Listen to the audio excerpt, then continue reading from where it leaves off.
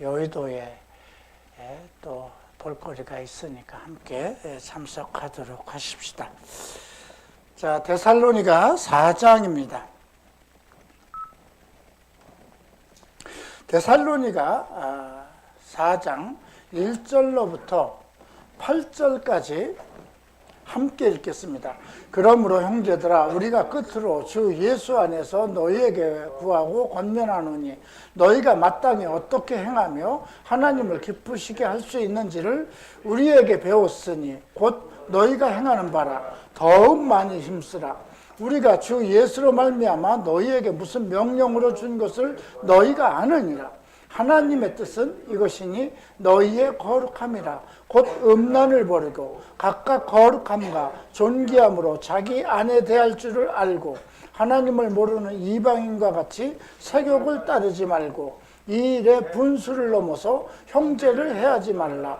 이는 우리가 너희에게 미리 말하고 증언한 것 같이 이 모든 일에 주께서 신원하여 주심이라. 하나님이 우리를 부르심은 부정하게 하심이 아니요 거룩하게 하심이니 그러므로 저버리는 자는 사람을 저버림이 아니요 너희에게 그의 성령을 주신 하나님을 저버림이니라. 기도합니다. 존귀하신 주님, 오늘 우리가 데살로니가 전서 4장을 통해서 하나님을 기쁘게 할 수 있는 일이, 우리가 한 세상 살아가면서 주님이 이 땅에 강림하는 날까지 오직 하나님이 기쁘게 하는 그런 생활을 어떻게 할 것인지, 또 그것이 무엇인지를 살펴보고자 합니다. 오늘 이 말씀 속에서 우리가 잘못된 것을 돌이켜 회개하게 하시고, 또 아직 행하지 못한 것은 이 말씀의 뜻을 기억하고 마음에 새기고, 그리고 담대한 믿음으로 주님을 오시는 그날까지 이 말씀대로 살아가게 하소서 감사하며 예수 그리스도 이름으로 기도합니다. 데살로니가 전서 4장은 데살로니가 전체의 핵심이라고 봐도 되겠습니다. 세 문장으로, 문단으로 나눌 수 있는데요. 첫 번째는 거룩함, 하나님의 뜻. 하나님의 뜻은 거룩함인데 전제가 되는 것이 있어요. 그것이 1절부터 9절, 8절까지고요. 또 9절부터는 크리스찬의 성도들의 사생활, 개인 생활이라고 할 수도 있지만 사생활입니다. 어떻게 살아갈 것인가. 자, 그리고 마지막 단락의 13절부터 18절까지는 부활신앙, 우리가 그리스도의 날까지 기억하고 지키며 살아가야 되는 것, 이것이 우리의 소망이죠. 근데 오늘 지금 그 4장 1절에서 그러므로 시작했으니까 결론이에요. 권면하노니, 권면이라는 건 책망도 포함되어 있고요, 권도도, 어떤 길을 제시하는 것도 포함되어 있습니다. 너희가 마땅히 어떻게 행하며 마땅히 행할 일을 얘기합니다. 성도로서, 예수 그리스도의 성도로서, 하나님의 자녀로서 마땅히 행할 일, 그것은 하나님을 기쁘게 할 수 있는 것, 하나님을 기쁘게 하는 삶을 언급하고 있습니다. 그것이 마땅히 우리가 해야 할 것인데, 바울은 이것을 너희가 우리에게 배웠다, 이렇게 얘기를 하고 있습니다. 곧 너희가 행하는 바라. 너희가 지금 나에게, 우리에게, 이 복음 사역자들에게 배웠기 때문에 그것을 지금 행하고 있다, 이렇게 얘기를 하고 있죠. 그런데 더욱 많이 힘쓰라. 그리고 주 예수로 말미암아 너희에게 무슨 명령으로 준 것을 너희가 안다. 이미 너희는 공부가 끝났다는 것입니다. 크리스찬으로도 어떻게 살아야 될 것은 우리를 통해서 충분히 배웠고, 그러니까 너희들은 그것이 무슨 명령으로 너희에게 준 것인지 그것을 확실히 알고 있다는 것입니다. 그래서 더욱 많이 힘쓰라고 합니다. 여기서 힘쓴다는 것은 그냥 대충 어떤 일을 해나가는 것이 아니라 항상 염두에 두고 그 일을 해나가는 것을 얘기하는 것입니다. 자, 그런데 하나님을, 그러니까 오늘 이 4장 전체는 하나님을 기쁘게 하는 성도의 생활입니다. 어떻게 하면 하나님을 기쁘게 하는 성도의 삶을 살 수 있을까? 근데 그 첫 번째로 3절에 아주 의미심장한 메시지를 전합니다. 하나님의 뜻은 이것이니 너희의 거룩함이라 곧 음란을 버리고 각각 거룩함과 존귀함으로 자기 안에 대할 줄을 알고, 이렇게 전달하고 있습니다. 하나님의 뜻은 너희의 거룩함이라고 그럽니다. 자, 우리가 이 거룩함에 대해서는 우리 믿는 자들은 거룩한 성도, 거룩한 하나님, 거룩한 성령, 예수 그리스도의 거룩하심, 이 모든 것을 믿으면서부터 배워온 것입니다. 그래서 나 자신은 거룩하다. 이것은 신성에 관한 그 이야기이기도 한데요.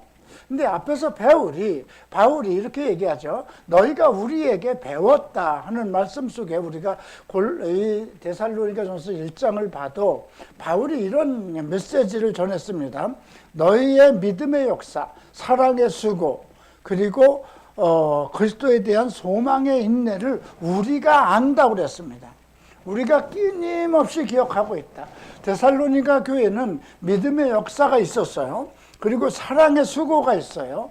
그리고 그 소망에 대한 인내, 이 소망이라는 건 장차 그리스도의 날, 예수 그리스도께서 강림하시는 그날까지 살아가기 위한 어떤 그 소망을 품고 모든 것에서 참고 견디는 인내, 이러한 믿음을 가지고 있다고 칭찬을 했습니다.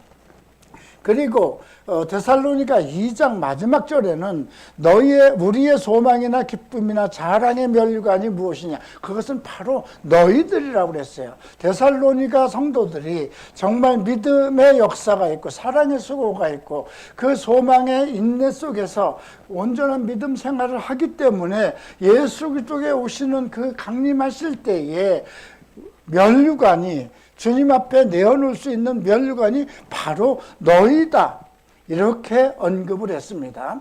그런데 3장 마지막 절에서는 아주 특별한 메시지를, 3장 13절에 아주 특별한 메시지를 하죠.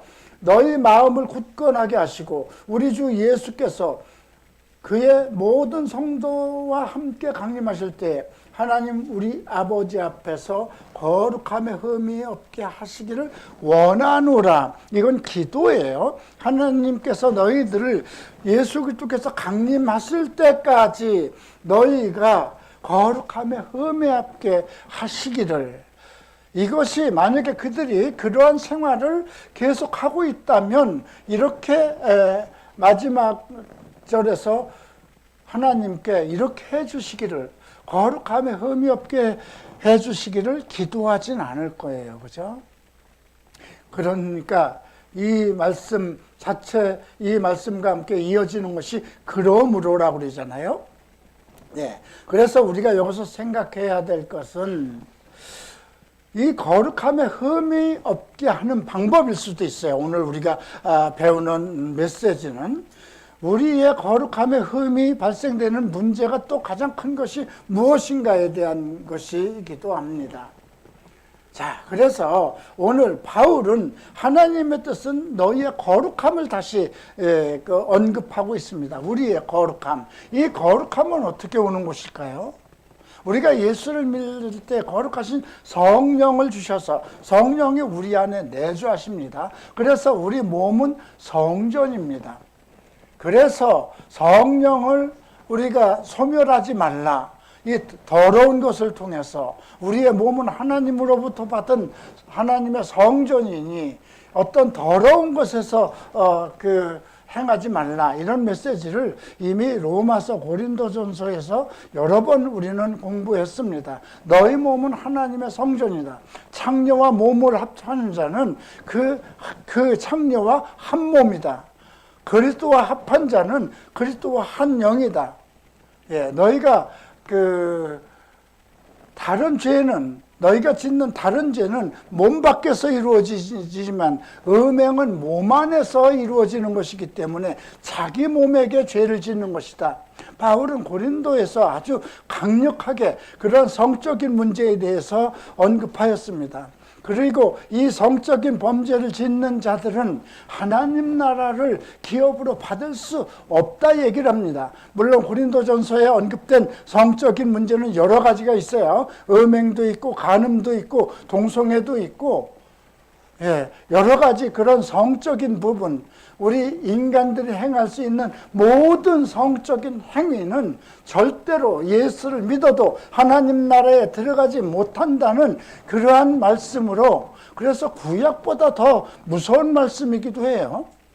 우리가 어떤 범죄를 했을 때, 어떤 죄를 지었을 때, 하나님에게 죄를 졌을 때 율법적으로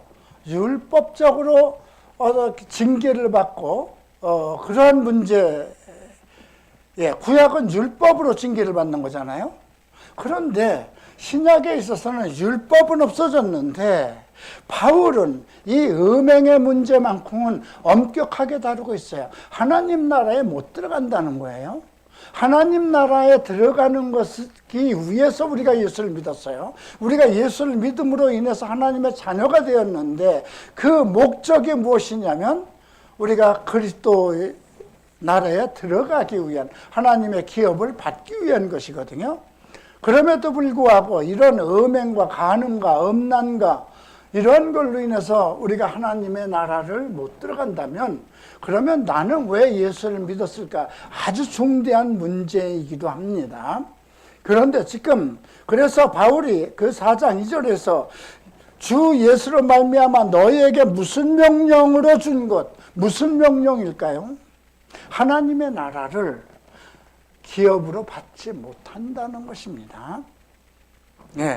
자, 그리고 하나님의 뜻은 너희의 거룩함이라 곧 음란을 버리고, 음행하고 음란은 조금 다릅니다. 음행은 여러 가지 이렇게 성적으로 부정한 행위도 있지만 음란은 좀 더 지나친 것을 얘기합니다. 음란을 버리라. 그리고 각각 존귀함과 거룩함과 존귀함으로 자기 안에 대할 줄을 알고, 우리가 자기 대면을 배울 때 이 부분은 벗고 입는 것입니다. 자, 먼저 벗는 것이 무엇일까요? 음란입니다.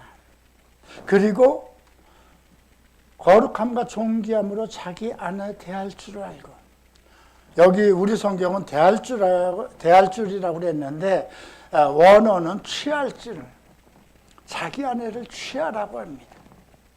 이게 정상적인 부부 생활, 내 아내를 귀하게 여기고 존귀하게 여겨서, 그리고 정상적인 부부 생활을 하는 것, 이것이 벗고 입는 것에, 벗는 것은 음란을 버리는 것입니다. 음행의 모든 것, 음란 속에 들어가는 모든 것을 벗는 겁니다. 아마 여러분들이 음란이 무엇인지는 스스로 잘 알 겁니다. 예수를 믿기 전에도 있었고 예수를 믿은 후에도 행했던 일들이 있으니까. 자, 그런데 5절에서 이런 말을 하죠. 하나님을 모르는 이방인과 같이 색욕을 따르지 말고, 여기서 이 색욕이라는 것은 조금 더 무서운 의미가 있어요. 아주 강렬한 성적 욕구, 욕망, 행위를 얘기합니다. 그냥 평범하게 성적으로 느끼는 그런 어떤 그 마음이 아니라, 여기서 언급된 색욕이라는 것은, 이방인들과 같이 색욕을 좇지 말라는 것은, 이방인들은 어떤 그런 색욕을 하나의 자기의 어떤 본능과 생활 속에 한 생활로 가지고 있다는 것입니다. 그래서 하나님을 모르는 이방인과 같이 색욕을 따르지 말고 이 일의 분수를 넘어서 형제를 해하지 말라. 이는 우리가 너희에게 미리 말하고, 이미 앞에서 고린도서, 로마서, 에베소서에서 여러 번 얘기했어요. 미리 말하고 정한 것 같이 이 모든 일에서 주께서 신원하여 준다고 합니다. 신원이라는 건 보응해 준다는 것입니다. 원수를 갚아준다는 것입니다. 너희들이 행한 것에는 반드시 그 결과, 그 보응을 받을 것이라는 선언이에요. 그 에베소서 4장에 이런 말씀도 있습니다. 너희가 감각 없는 자되어 자신을 방탕에 방임하여 모든 더러운 것을 욕심으로 행하되 오직 너희는 그리스도를 이같이 배우지 아니하였다. 이방인과 같이 세욕을 쫓기 때문에 감각 없는 자가 되어서 그 자기 자신을 방탕에 방임하는 생활을 하게 된다는 것이죠. 근데 너희는 그리스도를 이같이 배우지 않았다는 것입니다. 그래서 오늘 이 말씀을 드릴 때 하나님 뜻은 하나님 우리의 거룩함인데 그 거룩함을 지키기 위해서는 첫 번째 해야 될 것이 음란을 버리는 것입니다. 모든 음행에서 떠나는 것입니다. 음란스러운 모든 문화, 모든 생활 속에서 있는 모든 음란 속에 있는 것은 다 버려야 되는 것입니다. 그것이 무엇이든지 간에 다 버려야 되는 것이고요. 그 다음에 결혼 생활을 하라는 것입니다. 자, 근데 왜 이방인과 같이 세욕을 따르지 말고 왜 크리스찬에게 이 말을 전제로 했을까요? 우리는 원래 이방인이었습니다. 데살로니가 교회는 이방인이 중심이었습니다. 예. 근데 너희는 이방인이 아니다는 거예요. 예수를 믿었으면 그리스도의 사람이기 때문에 더 이상 이방인이 아니라는 겁니다. 우리가 지금 예수를 믿었기 때문에 우리도 더 이상 이방인이 아닙니다. 그리스도의 사람, 하나님 나라의 시민권을 가지고 있습니다. 그래서 과거에 우리가 어떤 세욕을, 어떤 그 성적인 욕구가 강렬하게 있다 하더라도 그것을 버려야, 그것을 따르면 안 된다는 것입니다. 자,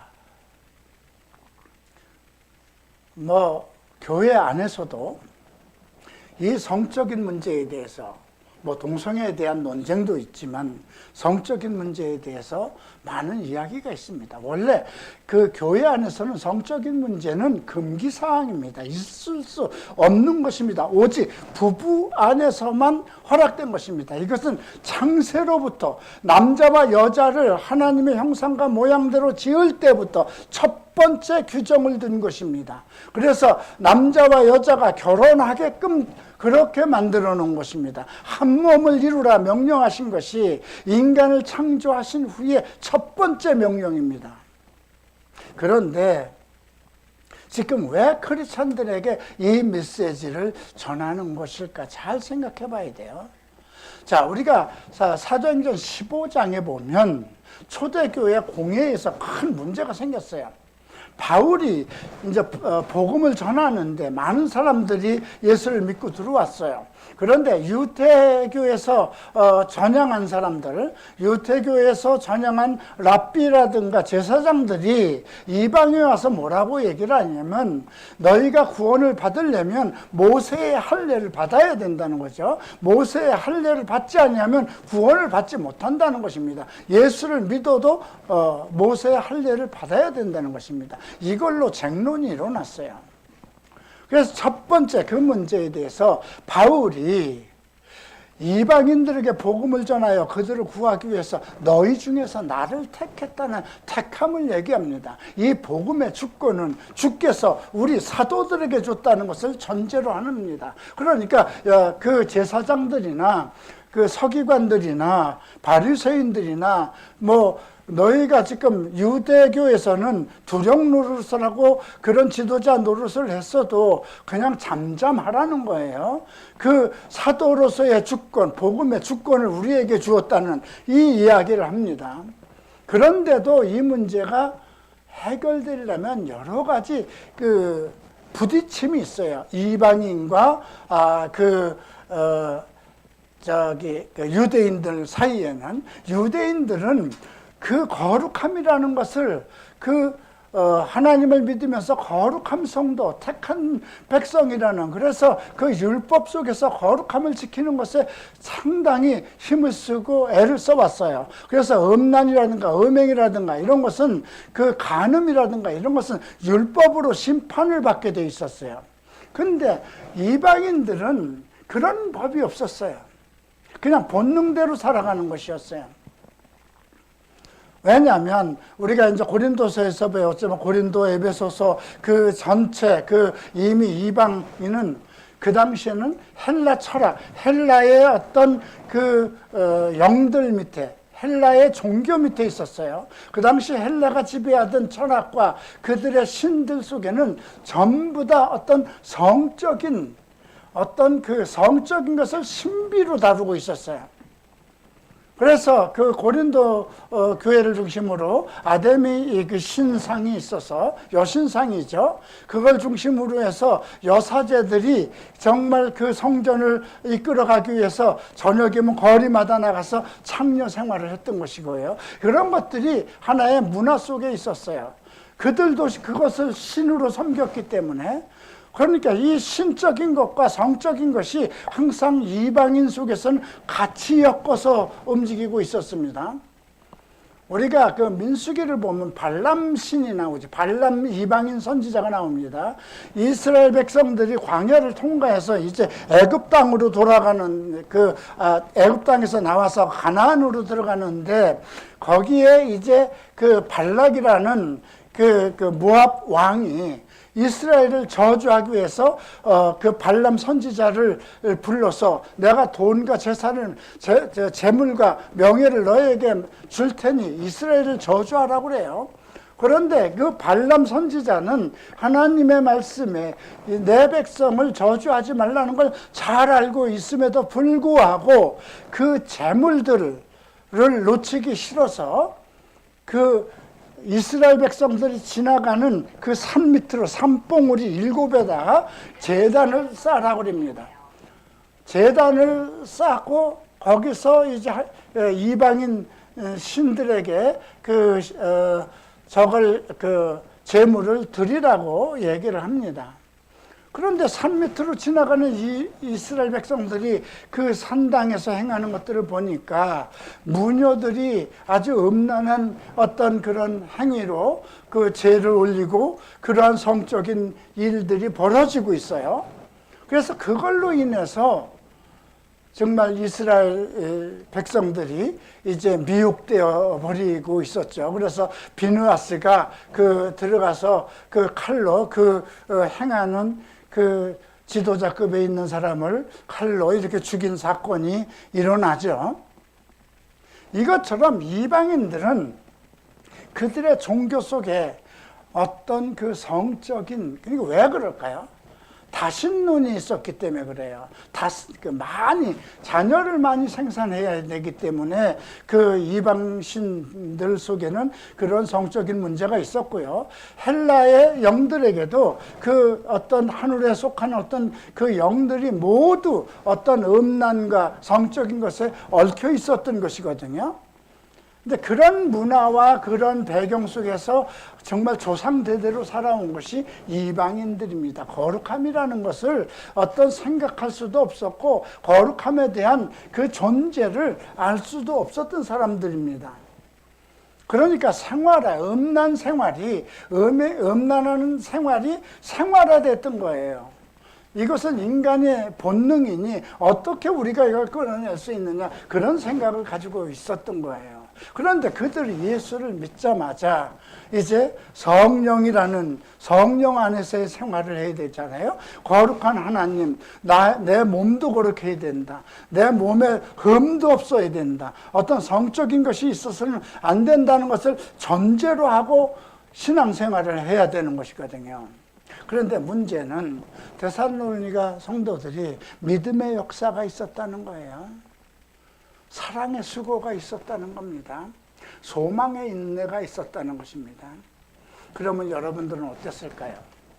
여러분들이 이 갈보리 채플에 오기 전에 어느 교회에서 이렇게 성적인 문제에 대해서, 음행에 대해서, 음란에 대해서 성경에 나오는 것을 그렇게 깊이 다루고 이것을 권고로, 책망으로 다루는 그런 설교를 들어본 일이 있었던가요? 그냥 교회 안에서 거룩하다는 거는 겉으로 나타나는 거야. 내가 거룩한 성도야, 하나님의 자녀야, 이러한 외형적인 것을 가지고는 있어도 내면적인 생활은 상당히 어떤 성적인 것에 이끌리고, 그런 음란 속에서 살아가는 것, 그것이 뭐 하나의 성적인 욕구인데 그것이 죄냐? 사생활이지 교회에서도 그것을 이제 언급하면 안 됐어요. 목사도 그런 얘기를 하게 되면 그런 거 하지 마라, 그런 음란을 하지 마라, 이렇게 얘기를 하면 사생활 아닙니까? 이렇게 문제가 되고, 세상 속에서는 하나의 사생활을 건드리게 되면 인격적인 문제, 인권 문제로 다루는 그런 시대에 우리가 살고 있잖아요. 그러니까 예나 지금이나 똑같은 거예요. 지금 오늘날 이 교회 안에서 일어나는 음란의 문제가 심각하다는 것입니다. 그래서 바울은 하나님의 뜻은 너희의 거룩함인데, 거룩함에는 음란이 제외되어야 된다는 것입니다. 그리고 그것을 유지하기 위해서, 음란을 버리고 거룩함을 유지하기 위해서는 거룩함과 존귀함으로 자기 아내를 취할 줄 알아야 된다. 아내와의 온전한 부부 생활을 언급하고 있습니다. 자기 아내의 거룩함을 내가 지켜줘야 된다는 것입니다. 내가 어떤 음란에 빠져 있으면 한 부부가 부부 생활을 하면서 그 아내도 결국은 한 몸이 되는 거잖아요. 부부는 한 몸이에요. 근데 아내가 아무리 믿음 생활을 하고 거룩하다 하더라도 남편이 음란 생활을 하게 되면 부부는 한 몸이기 때문에 문제가 생기는 거예요. 그런데 이제 5절 말씀은 더 심각합니다. 하나님을 모르는 이방인과 같이 세욕을 따르지 말고, 어떤 성적인 일에 어떤 빠져버리지 말고, 욕종에 빠지지 말고, 이 일은 뭐예요? 이방인과 같이 세욕에 빠지는 음란 생활입니다. 이 일에 분수를 넘어서, 한도를 넘어서 형제를 해하지 말라. 이 말은 무엇일까요? 이것은 물론 정상적인 남녀의 관계를 얘기합니다. 너는 정말 결혼을 안 한 그 여인과 어떤 부정행위를 했다고 하지만, 장차 그 여인은 결혼을 할 것이고, 그 형제가 만약에 예수를 믿는다면 우리 형제가 되는 것이거든요. 이건 아주 미묘한 문제입니다. 과거 제가 한남동에 있을 때 결혼 사역을 했어요. 근데 그런 일들이, 그때는 뭐 50명, 어떤 때 100명씩도 모이고, 우리가 어떤 이벤트를 할 때 뭐 100명씩도 모여서 했는데, 가장 큰 문제는 그 현장에 왔을 때 서로 각자가 왔는데, 와보니까 자기와 사귀던 여인, 자기와 사귀던 형제가 있었던 거예요. 근데 이미 지나친 관계가 넘어선 그런, 물론 그거를 감추려고 애를 쓰죠. 이런 문제입니다. 분수를 넘어서 형제를 행하지 말. 내가 그 형제를 직접적으로 해한 것은 아니지만, 네가 대한 그 여인이 이제 장차 결혼을 했을 때 그 형제가 우리와 한 형제가 될 수도 있다는 것입니다. 그래서 이는 우리가 너에게 미리 말하고 증언한 것 같이 이 모든 일에서 주께서 신원한다. 어떤 성적인 문제에 대한 어떤 타락적인 행위, 이 문제는 주께서 보응하신다는 것입니다. 반드시 심판하신다는 것입니다. 신약에서의 가장 중요한 것은 하나님 나라에 못 들어간다는 것입니다. 그가 교회 안에서 어떤 생활을 했든지, 물론 회개하면 되겠지만, 회개라는 그것이 더 지나치면 그 행위가 연속적이고, 또 그 안에 성령이 소멸되어서 그냥 하나의 교회 나가는 것은 종교활동이 되고, 자기가 행하는 그런 어떤 성적인 음란과 음행의 행위는 그냥 뭐 보편적인 자기의 사생활이 되었다면, 그에게는 성령이 소멸될 수도 있죠. 그렇다면 그 사람은 어떻게 될까요? 성령이 역사를 해야, 성령이 우리에게 회개할 마음을 주어야 하나님 앞에 회개하는 거 아닙니까? 이 문제를 다루고 있습니다. 그래서 7절에서 우리를 부르심, 예수를 믿게 하심을, 우리를 부르고 예수를 믿게 하심은 부정하게 하심이 아니다. 여기서 부정한 것은 하나의 도덕적이고 윤리적인 것을 언급하니까 성적인 것도 포함되어 있어요. 거룩하게 하심이라는 것이죠. 그러므로 저버리는 자는 사람을 저버림이 아니요 너희에게 그의 성령을 주신 하나님을 저버리는, 하나님과의 관계를 단절하는 것입니다. 그렇기 때문에 우리가 그리스도인으로서 살아가는데 우리의 거룩함을 지키는 길에 첫 번째는 음란을 버리는 것, 그리고 결혼 생활을 하는 것입니다.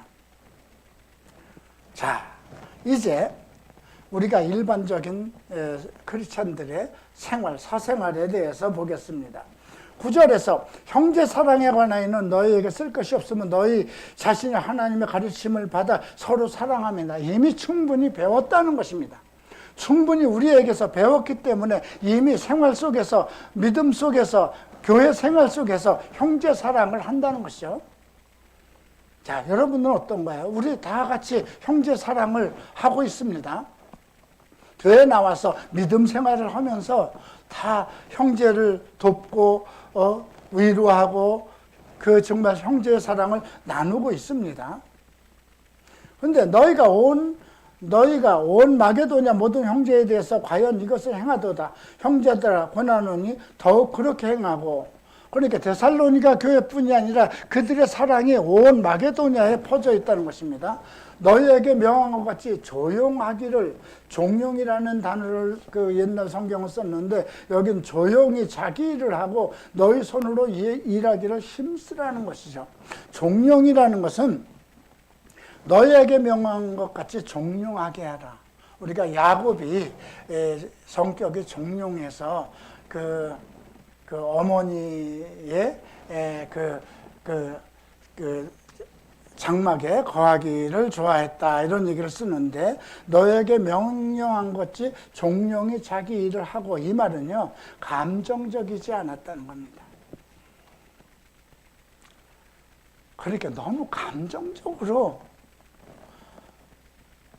살아가지 말라는 것입니다. 그리고 종용이 자기 일을 하고 자기 손으로 일하기를 힘쓰라. 크리스천들 보면은 글쎄요, 뭐 지금은 일 안 하면 살아갈 수 없는 시대가 왔어요. 근데 세상 사람들 일하는 걸 보면 참 끔찍하게 일을 합니다. 그죠? 세상 사람들 한번 일하는 거 한번 보십시다. 그런데 예수 그리스도의 축복 안에 있는 성도들은 상당히 편한 것을 찾으려고 애를 많이 쓰는 것 같아요. 근데 바울은 분명히 형제 사랑을 계속하면서 자기 일을 하는데 힘쓰라 그럽니다. 또 외인에 대해서, 믿지 않는 가족이나 친지들, 친구들에 대해서는 단정히 하고, 그들이 봤을 때도 저 사람은 달라졌네, 옷 입는 것도 달라졌네, 말하는 것도 달라졌네, 행동도 달라졌네, 단정히 행하고 또 아무 궁핍함이 없게 하라. 궁핍함이 없는 것은 그 외인 사람들의 어떤 어려운 것을 보면 도와줄 수 있는 그런 여유 있는 마음을 가지라고 하는 것입니다. 자, 이렇게 해서 이제 크리스찬들의 그 이웃생활, 사생활을 언급한 것이고요. 이제 13절부터 매우 중요한 것입니다.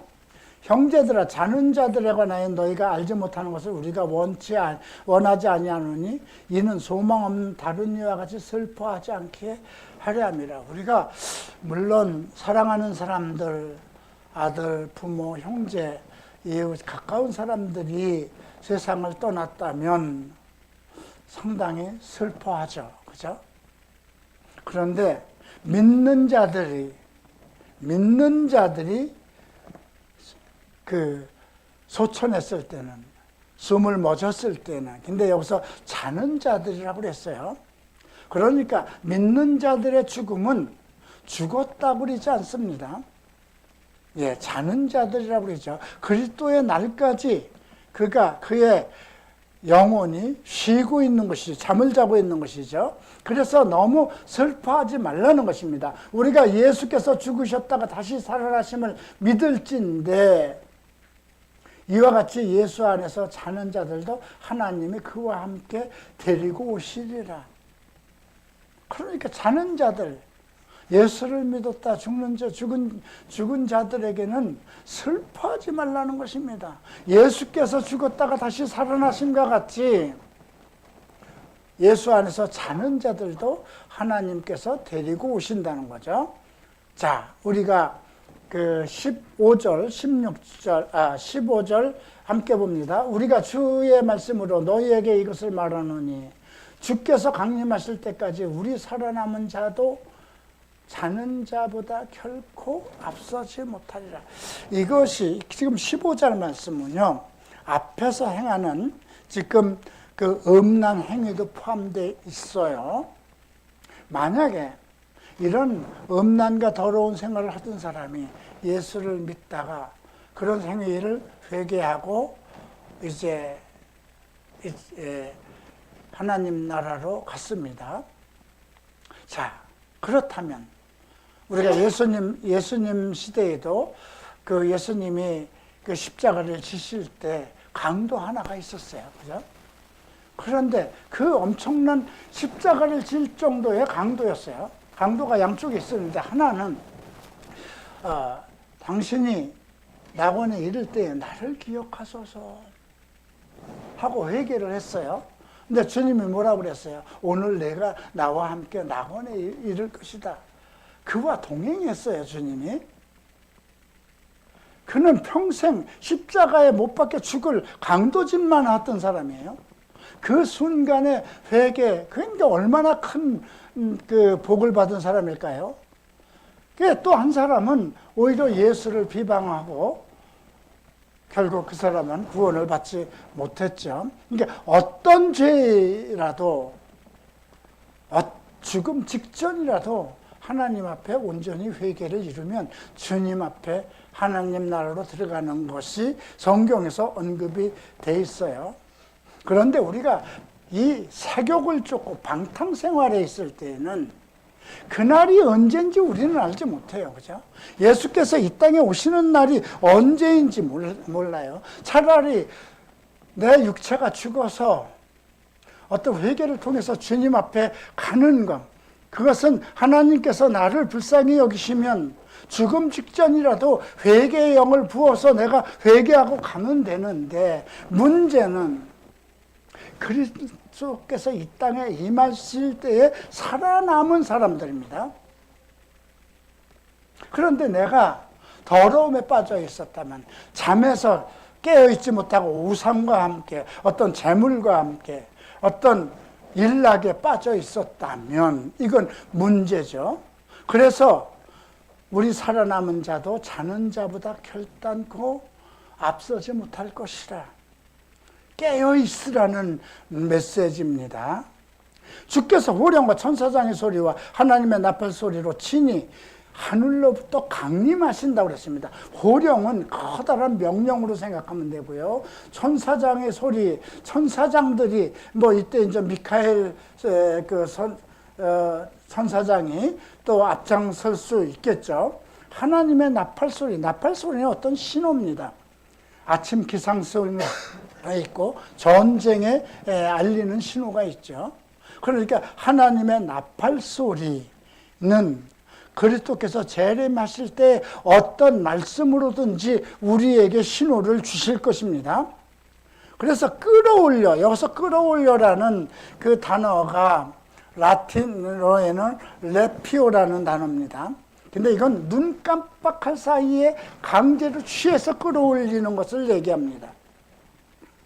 그래서 구름 속으로 끌어올려 공중에서 주를 영접하게 하시리니 그리하여 우리가 항상 주와 함께 있으리라. 이걸 가지고 이제 또 신학적으로 문제가 많아요. 공중재림이 있고 지상재림이 있고 뭐 이런 말들이 많은데, 공중재림이나 뭐 지상재림이나 뭐 공중에서 오시면 공중에 거기에 공중에서 우리를 맞이한다고 하셨어요. 그거는 이제 우리가 이 땅에 있는 자들이 의롭게 살다가 그리스도의 그 휴거를 얘기하는 것입니다.